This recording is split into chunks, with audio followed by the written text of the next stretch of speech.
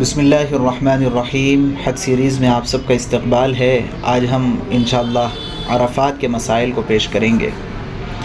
قرآن پاک میں اللہ تبارک و تعالی نے ارشاد فرمایا، اعوذ باللہ من الشیطان الرجیم، بسم اللہ الرحمن الرحیم، فَإِذَا أَفَضْتُم مِّنْ عَرَفَاتٍ فَاذْكُرُوا اللَّهَ عِندَ الْمَشْعَرِ الْحَرَامِ وَاذْكُرُوهُ كَمَا هَدَاكُمْ وَإِن كُنتُم مِّن قَبْلِهِ لَمِنَ الضَّالِّينَ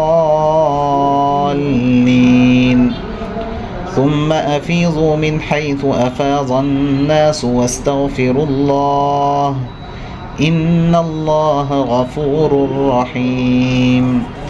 صدق اللہ العظیم۔ پھر جب تم طواف کے لیے عرفات سے لوٹو تو راستے میں مزدلفہ میں مشعر الحرام کے پاس وقوف کر کے اللہ کو یاد کرو اور اللہ کا ذکر اس طرح کرو جس طرح تم کو سکھلایا گیا ہے، اور بے شک تم اس سے پہلے ناواقف تھے۔ پھر تم طواف کے لیے وہاں سے چلتے چلو جہاں سے سب لوگ چلتے تھے، اور اللہ سے مغفرت طلب کرو، بے شک اللہ پاک بخشنے والا مہربان ہے۔ مسئلہ: نویں ذی الحجہ کو مینا سے عرفات کے لیے روانہ ہونے کا مسنون طریقہ یہ ہے کہ آفتاب طلوع ہو جانے کا انتظار کرے، اور جب سورج کی روشنی نظر آنے لگے تو عرفات کے لیے روانہ ہو جائے۔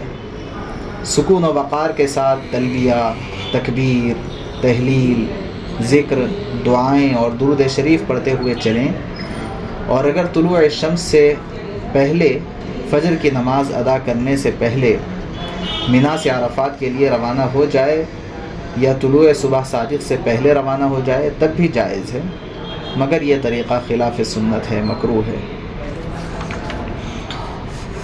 یہاں یہ بات نہایت اہمیت کی حامل ہے کہ مینا سے معلم کی گاڑی میں عرفات پہنچنے میں بعض مرتبہ بہت زیادہ دقت پیش آتی ہے۔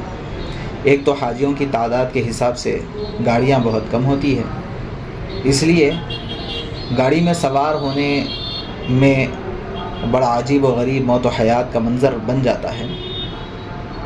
پھر اگر کسی طرح آپ سوار ہو بھی جائیں تو معلم کے لوگوں کو خود یہ پتہ نہیں ہوتا کہ عرفات میں اپنا خیمہ کہاں ہے۔ اگر پتہ ہوتا بھی ہے تو کبھی کبھی وہاں تک پہنچنے میں صبح سے شام ہو جاتی ہے۔ بعض مرتبہ وقوف کے لیے ایک آدھ گھنٹہ بھی نہیں ملتا، اور اتنی ہی دیر میں سورج غروب ہو جاتا ہے۔ اور اگر کبھی ایسا ہو بھی جاتا ہے،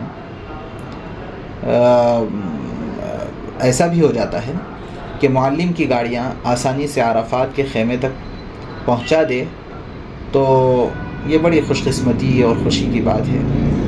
بہرحال ان تمام دشواریوں سے بچنے کے لیے بہتر صورت یہ ہے کہ ہر وقت پرائیویٹ گاڑیاں وہاں پر ملتی رہتی ہیں، تو اگر کسی کے پاس گنجائش ہو تو ان پرائیویٹ گاڑیوں سے مینا سے عرفات چلے جانا یہ زیادہ بہتر ہے۔ اور عرفات میں جبل رحمت کے قریب یا مسجد نمرہ کے قریب جہاں کہیں جگہ مل جائے قیام کرنا چاہیے۔ پھر شام کو مزدلفہ کے لیے پیدل ہی آنے میں زیادہ آسانی رہتی ہے، اس لیے ان سب باتوں کا خیال رکھا جائے تو دشواریوں سے حفاظت ہوتی ہے۔ ہاں، اگر کوئی معذور ہے اور عمر رسیدہ ہے تو ان کے لیے بہتر یہ ہے کہ وہ گاڑی ہی کا انتظار کرے اور تمام کام گاڑیوں سے ہی کرے۔